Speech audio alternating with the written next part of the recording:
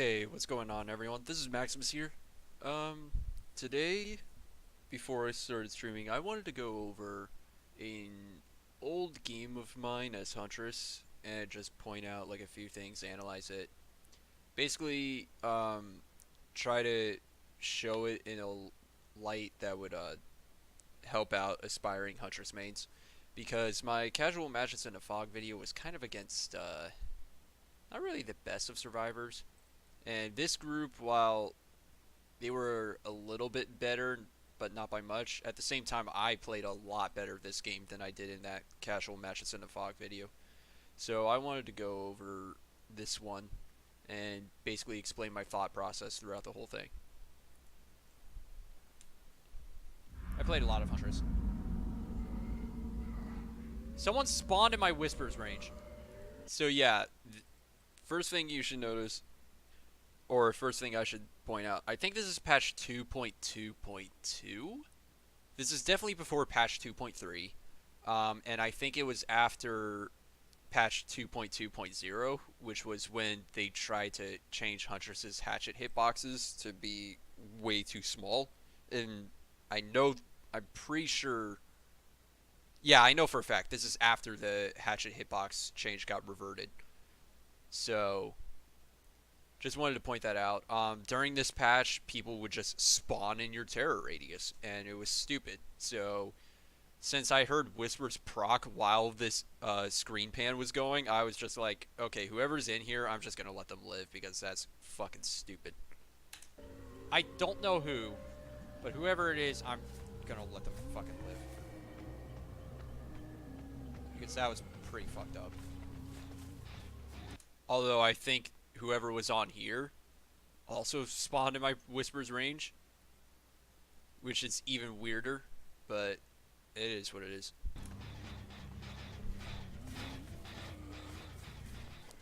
So if you ever see a survivor just go up to a hill like this and then just wait for you to commit, they have balance landing 100%. They're just trying to bait it out. However, as Huntress,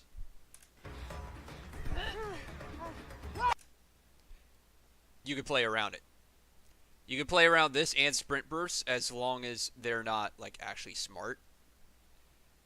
Because sometimes survivors will get way too cocky about having an exhaustion perk like this and think, oh, now that I'm going off at the speed of sound, I can't be hit. Well, as Huntress, you could definitely prove them wrong on that one. Was able to play around balance landing. So then here is just following a bunch of scratch marks. Here I thought she was going to be stupid and not look back, but this time she actually decided to look back and turn at the last second. Thought she was going to be stupid and run in a straight line. Don't know why, I just did. That was just me going for a cheeky shot. If I had gone a little lower, it may have had a better chance to hit, but the way this was right now, this was just way too high. Damn. So she threw the pallet down early, which is actually kind of smart. And then here, I'm just, like, fishing for a shot. Here, I should have gone for it. Or maybe a tad earlier. I'm not sure. Actually, no, this isn't short enough of a range to where it would have hit. Because where it would have gone would have been around, like, here. And the survivor hurt box is still the exact same no matter what health state they're in, as long as they're not crouching. So since her back is basically even though her back is like hunched over like that, she still has a hitbox area like right above her neck that you could actually take advantage of. But I decided to keep holding on to the hatchet. Kept trying to play around for shots. Yeah, I'm just being an idiot right now. So I just decided to kick the pallet. And then that should show a bit of hitbox manipulation as well. So the hatchet hitbox is like a circle. It basically it's as wide as it is tall. and it's about like, and the height of the hatchet hitbox is about the same height as the hatchet, maybe a little bit bigger. So imagine the hatchet sideways, and the hatchet also has a hitbox going that much left to right. Now, of course, because of how circle diameter works, there's also this hatchet hitbox that's like hitting around this entire inside of the circle.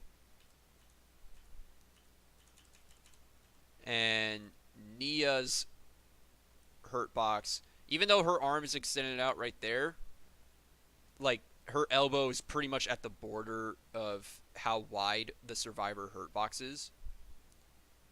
Actually, is it? No, I think no, it's still inside. But still, you could take advantage of the hatchet hitbox size and the survivor hurt box size. Like right here, it looks like I'm aiming like right above Nia's elbow. But because of the size of the hatchet hitbox, both left to right and pretty much just diagonal as well, it still collides with Nia's hurt box right there. And it makes a hit. There we go. And then I hear a gen being worked on here, so I know that there's somebody nearby. And her slow vault allowed me to get that shot. Now, if I didn't have Flower Babushka on, this shot definitely would not have been possible. And something to point out here, even though this looks pretty freaking bullshit, the size of every survivor hurt box is the exact same. So even though Claudette's like tiny compared to every other survivor, her hurt box is the same size as Ace's. And Ace's is the same size as Meg's, and Meg's is the same size as Bill's, and so on and so forth. So even though it looked like she was going to be safe, there would be other survivors where that wouldn't look as much of a bullshit hit on. And from here is basically like the same hurt box manipulation thing. If you see somebody vaulting a window, and if you know you can get the hatchet off in time, always aim for the center of it. Their vault animation doesn't change their hurt box, so it still is like an upright capsule that just goes through the window. So the best thing to do is just aim for the center of the hitbox, if you can. Get the fuck out of here. And also, if you're ever completely empty on hatchets, just go reload. Don't do anything else. If you're in a chase, drop it. Because you're basically chasing somebody as a hag without traps if you don't have any hatchets. If you have somebody slugged, reload before you put them on the hook so that you can go for barbecue and chili snipes.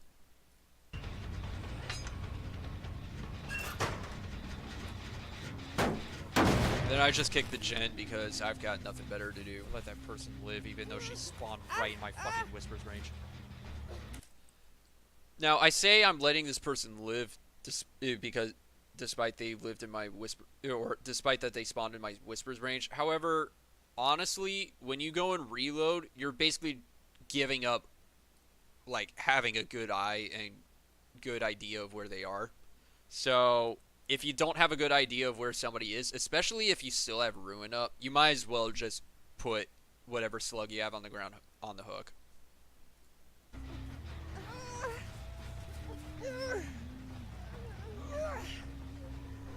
Awkward hook placement, but Like, I'm just nothing too out of the ordinary. like me saying I'm just gonna let them live. That's just more of me being like a salty bitch. Don't worry about it. Don't see anybody other than that one person revealed by barbecue. Which means the other there are two people either completely behind gens or nearby. So this was before locker aura blocking and before distortion were a thing. Like, quite a few patches before that. So, with barbecue, even with those two things put into consideration, you might as well just think to yourself, hey, if I don't see anyone, they're bum rushing the hook or they're fully behind gens. Which, in that case, you should patrol the hook area for like a few seconds. If you don't see anyone, fine, move on to like gens and make sure that there's nobody behind gens. But, and I'm willing to bet it's the latter. Oh, wait, no. I keep pausing because I think it's coming up, but there it is. So, this blood splatter. I think you could figure out who's behind this wall right here. Yep. Using your eyes can be just as beneficial as using your ears. This Claudette had Iron Will and was thinking to herself, oh yeah, now that I have Iron Will, I'm going to be pretty much invisible because I'm a Claudette. Just gotta hide. Blood splatters can definitely show you where people are. If you need help tracking with blood, use Bloodhound. Although, to be honest, you probably shouldn't need that much help tracking in the first place. Well, with blood splatters anyway. Although there are some maps where blood can be hidden very well. Especially if there's like a bunch of grass or corn. But overall, blood shouldn't be too hard of a thing to track. And if you keep an eye on blood on the ground, it'll help you out a lot more often than it would hurt you. So I don't know where anybody else is, so I'm just gonna pick her up. And I had an idea that nobody was gonna be. Hang on. I had an idea that nobody was gonna be around, but if you can, don't walk through these pallets. This is me mostly being an idiot / being fully confident that there's nobody nearby. But walking through a pallet like this, when you have no idea of where anybody is, and having a general idea that somebody's probably kind of close by waiting for a save, that's just basically being asked to get a pallet slammed in your face and dropping a survivor. And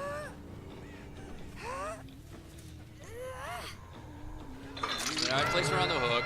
I look over there because, as you can see, the hook is far enough away from the hook that I just placed Claudette on to be in barbecue range. And I notice 2 people over there. So my Ruin is being cleansed, but honestly, Ruin has done its job. Ruin is basically only supposed to be up long enough for you to get your snowball going as killer.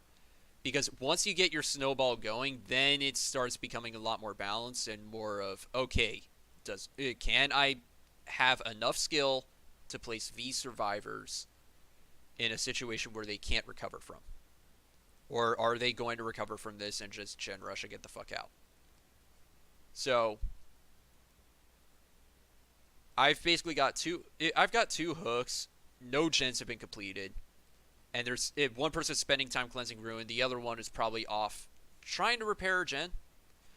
So Ruin's already done its job. It's wasted so much time. And this is a huge strength of Ruin on killers that just really need time in the beginning. And Huntress is absolutely one of them. So I don't care what anyone says. Using Ruin on Huntress is probably the best thing you could do when it comes to slowing down the game. You're seriously prioritizing getting rid of that. Even though sometimes it'll get destroyed within like 5 seconds and it just won't do anything. So I went for a hatchet there instead of a melee swing because the hatchet cooldown is shorter than the cooldown on a successful melee swing. So by doing this hatchet throw right here, I'm able to get a second hit off and end chases a lot faster. Melee hatchets are gonna be your friend when you start getting good aim. And they're really going to help at ending chases really fast. She decided not to go for the pallet that was over to her left. If she did, then that would have definitely helped. So I was assuming that whoever the 4th person is would be coming over for the save right now. So that's why I left Fang slugged on the ground.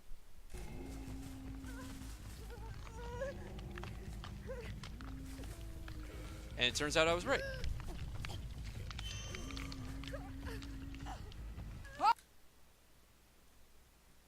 So, if you've ever played any kind of FPS games, flicking is, well, it's definitely able to save your ass. As Huntress, it's the exact same. I'm looking one way, he jukes the other, I predict it, and I flick over to hit him with the hatchet. Flicks are pretty much going to be the best way you get any kind of close range shot on a good survivor. Because good survivors will not just go, or will not just stay in one direction. And if they see you looking in one specific direction and then you just throw your hatchet that way, then it just becomes way too easy to dodge you. And then on that hatchet, I was, it's a bit of a mind game as well, where the more that you mix up between flicking and not flicking and holding your hatchet for a little while or just releasing it immediately, the less predictable you are. And being less predictable gets you more and more hatchets as Huntress. So here I was just like, alright, let's just go for a non-charge shot that wasn't a flick. Although I still attempted a flick anyway for whatever reason. But, yeah. He was expecting me to try to do like an actual flick and expected me to think that he was going to juke one way. So he just decided to go straight, and I was banking on that, and my hatchet just hits him. So I see more scratch marks over there. Except, never mind, they were Jake's. So I go reload because I only have 2 hatchets left. They took time to pick up Fang, so now I know, I have a general idea of where both of them are.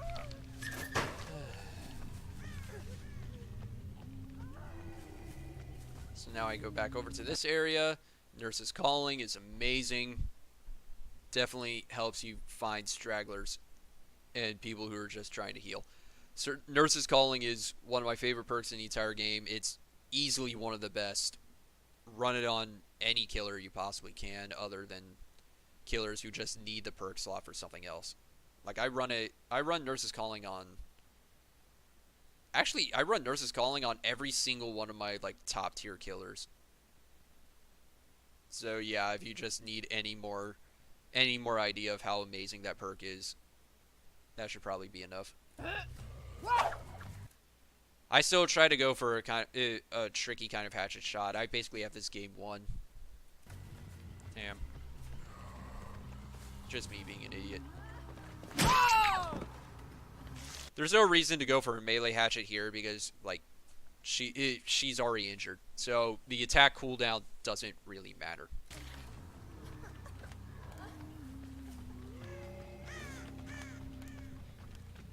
So then I leave her slug thinking that, yep, that person was going to go back.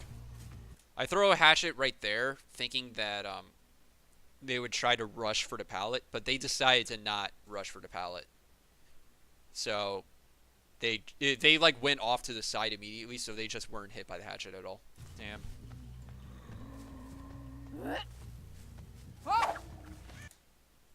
Then I'm trying to see how much that missed by, because I saw that person off in the distance.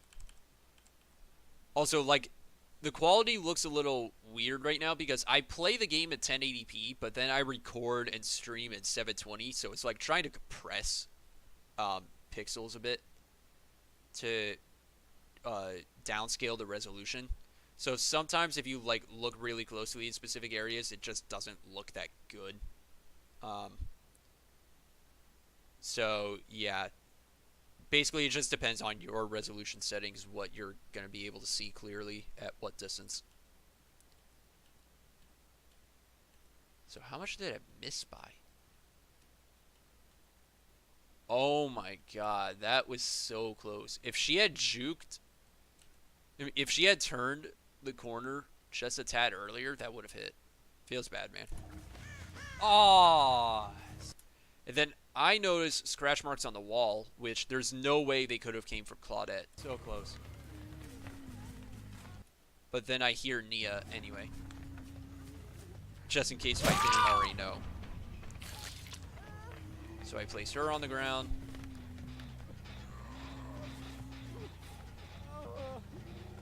And then I notice Claudette off in the corner. So then I'm basically making a guess that she's not looking behind her right now. She's probably fucking panicking. just realizing, oh shit, everyone's down. I need to go to an area to heal, like, right now. So she's probably not looking anywhere other than just, oh my god, I need to find a place to hide. She's running this way, and I'm just like, well, this is like if a quarterback in the NFL is throwing a pass to a wide receiver. There she is. Aim to where they're going. And bam, headshot. Woo! And cringy reaction as well. Now that's a way to end it. Long range shots, by the way, are really inconsistent because most of the time they're just gonna look back and then they're gonna figure out what you're gonna do. But honestly, you might as well just go for them anyway, especially in a situation like the one that I went for where everybody's on the ground and you have a chance to end it. Basically, one of the best ways to get better as Huntress, just go for any kind of hatchet you possibly can. And don't give a shit about the result afterwards, because sometimes it'll end really poorly for you. Other times it'll be a game like this. And yeah, that's pretty much it.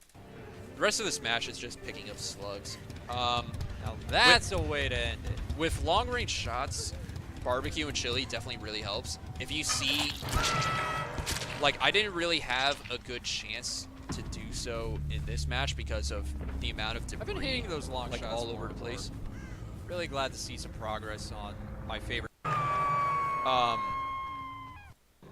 Yeah, the rest of this is just picking up slugs. And was this a quad Eerie? No, it wasn't. I ended chases too fast.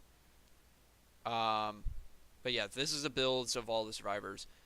This is my favorite add-on combination, although it's kind of... This entire build is pretty fucking, like, plebish. Like, almost everybody runs this build when it comes to Huntress. But that's because it's arguably the most effective. Faster wind-up time is definitely going to help you get more hatchets off than you normally can, specifically at other loops. And Begrimed Head is basically Sloppy Butcher, but just an add-on instead. Which, I mean, hey, it helps with snowball potential, so might as well take it. I forget what I was talking about before I went to this, but, oh yeah, long range shots. Wasn't really able to do it that much in this game, but, let me go back to the end of the first chase where I go and hook Nia. Nothing too out of the ordinary. Of course, I have to place her right next to her.